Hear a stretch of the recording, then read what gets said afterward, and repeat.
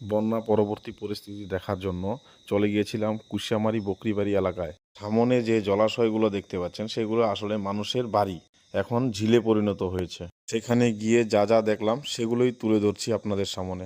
নদীর জল বাঁধ ভেঙে গ্রামগুলোতে ঢুকে যায় এবং মুহূর্তের মধ্যে গ্রামগুলোকে ভেঙে চুরে গুড়িয়ে দেয়।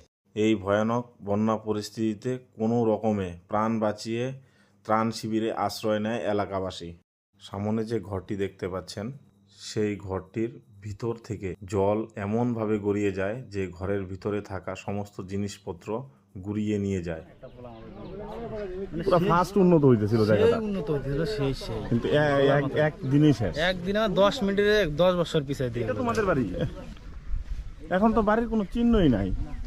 এখানে রান্নাঘরটা পূজার আগে কমপ্লিট করছিলাম। এই জায়গাটাতে এই যে রান্নাঘর, ওইটা বাথরুম। বাথরুমটা, হ্যাঁ, রান্নাঘরটা ইনকে দেখো, মাছ দেখো একবার। সেই মাছ তো। সর্বনাশ। আমার জামাই বাড়ি এখানে তো, হ্যাঁ। বেশি অসুস্থ, ওই জন্য আমি ঘুরে ঘুরে বেড়াচ্ছি। এমনি থেকে লোকজনের কি খুব ক্ষতি করছে না? হ্যাঁ, খুব ক্ষতি হয়ে গেছে।